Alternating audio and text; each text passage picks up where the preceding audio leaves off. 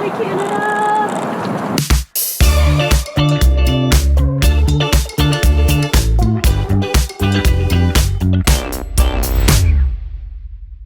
Hi, I'm Jen, and I am in amazing Detroit, and I am going to take you through the city's incredible culture, from music, street art, and alleyways to the food and so much more. These are just a few reasons why you're going to want to make Detroit your next destination. Detroit is a city that wears its heart on its sleeve. You feel it the minute you arrive. It's a place that doesn't shy away from its past. Instead, it embraces its industrial roots, every crack, and every major achievement. It's a spot where you can dine and sip on any kind of food imaginable, get lost in its immersive art scene, support close-knit communities, and you can leave feeling just as cool as Detroit is itself. One thing is for sure, Detroit is a city that won't stop.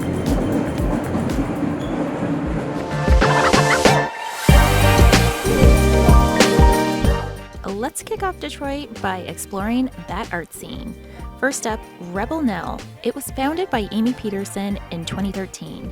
The mission came first, a way to help women in the city's shelter system.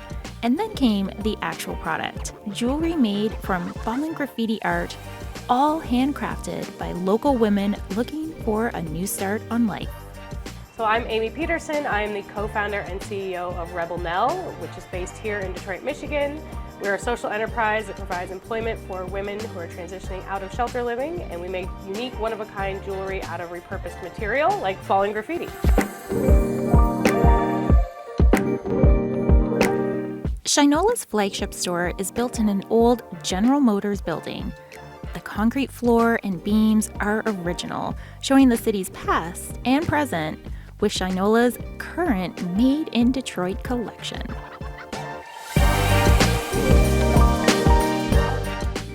The Detroit Institute of Art, or DIA, holds some of the country's most significant pieces of art. From Andy Warhol to the country's very first Van Gogh to a Detroit-themed mural painted by famed Mexican artist Diego Rivera. Rivera's wife, Frida Kahlo, was present for the painting, and it's also where she first started to work on her own pieces. Here I am, trying to pose just like Frida in the exact spot where she was overlooking the mural.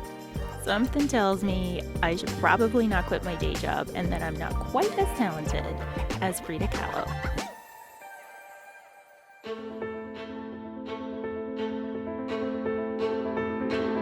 Public art is a way Detroit has shown its struggles and achievements, and it can be spotted pretty much all over the city.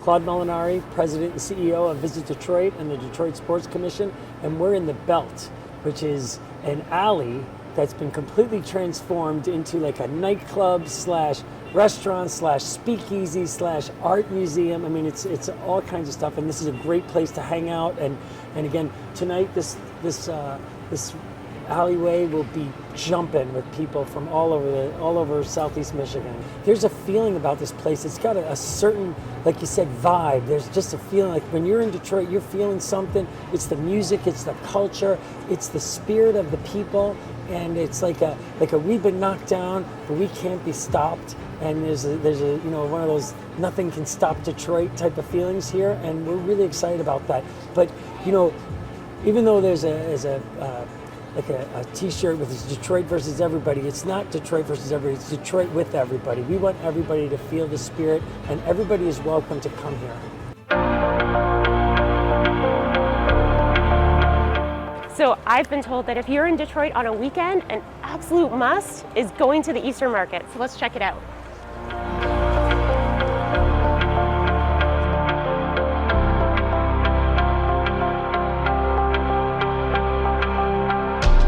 Warda's pastries have influences from her Algerian background and her travels in France and Asia. Her accolades keep adding up, including James Beard Awards and being named Food & Wine's Best New Chef for 2022. When I say you can get any kind of food in Detroit, I mean any kind of food. And one spot that can't be missed is Baobab Fair for East African dishes that you will never forget. So my name is Hamisi Mambo, and I'm the co-owner of Baobab Fair. Baobab Fair is an East African restaurant created here in Detroit, and we've been in business for 2 years. The only Burundian restaurant in the United States. In the United States? Yes. Oh my gosh, Yeah. that's amazing. Starting for us was not really a choice. It was a lack of opportunities. You know, me and my wife came here as refugees, live in a shelter called Freedom House, Detroit. And I have my background was business, sales and marketing. My wife's background was, she was a human rights activist, she was an activist. So we couldn't get a job. And we started and thought, why can't we just create, a restaurant? Growing up, my mom owned, a small restaurant. I grew up seeing my mom cooking, me being in the kitchen. Now that she's an amazing cook, so that is how we started.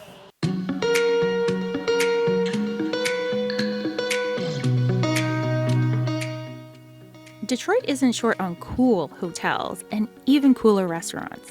Case in point, the apparatus room in the Foundation Hotel.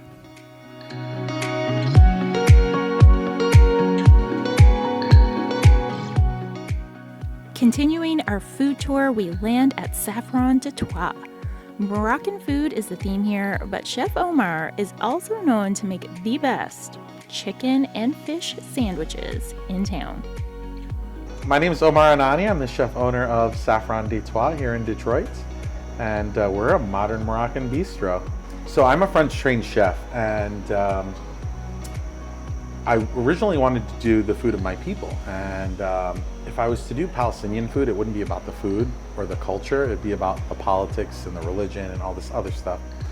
And so one day, I woke up in the middle of the night and I was like, wait a minute, Detroit is a French city. Morocco was occupied by the French. So the cool thing about Morocco is it was the end of Silk Road. And so all these spices and all these Arabs came through Morocco, and it's a fusion of all these different cooking techniques and foods.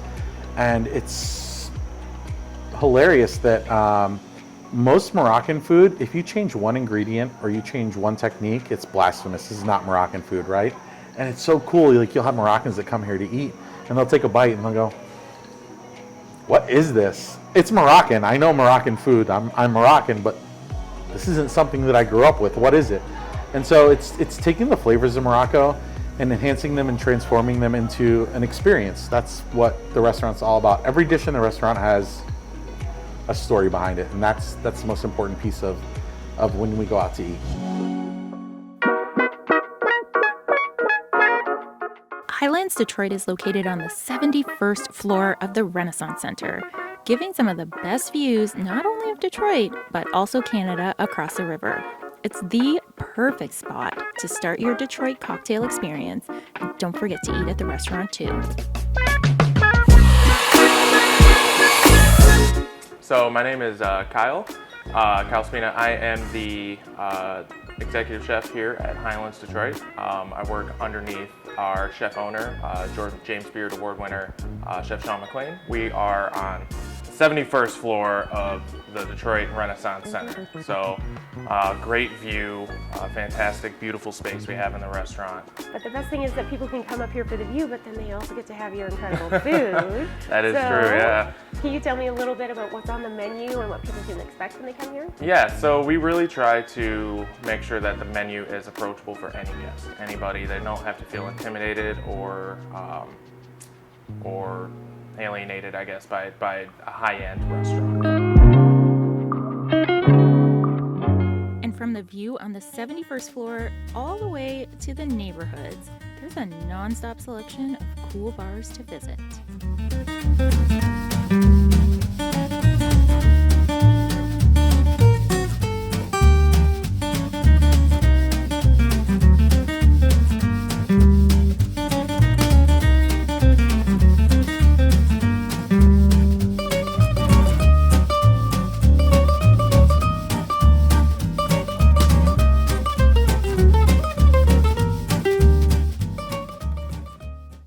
Hotels in Detroit come with history, nooks, crannies, and a whole lot of character. The Siren Hotel is no exception with its quirky details, unique rooms, and that great candy bar that we just visited.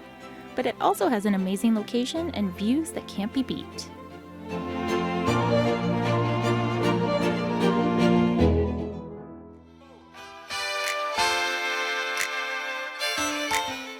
If there's one thing that Detroit does best, it's being true to its own identity. The people and communities here have a can't knock us down attitude that is so infectious. When you go to Detroit, go hungry for food, thirsty for drinks, with an open mind to any kind of art, and be ready to connect with the locals on a true level. These are all reasons why Detroit should be your next destination.